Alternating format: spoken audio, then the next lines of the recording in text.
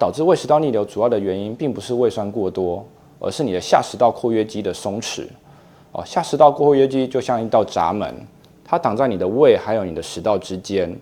当它收缩的时候呢，它可以防止你的胃的内容物里面的食物回到你的食道里面，还有你的喉头。当它的功能不好、松弛，甚至是你的负压太高的时候呢，你就会造成胃食道逆流。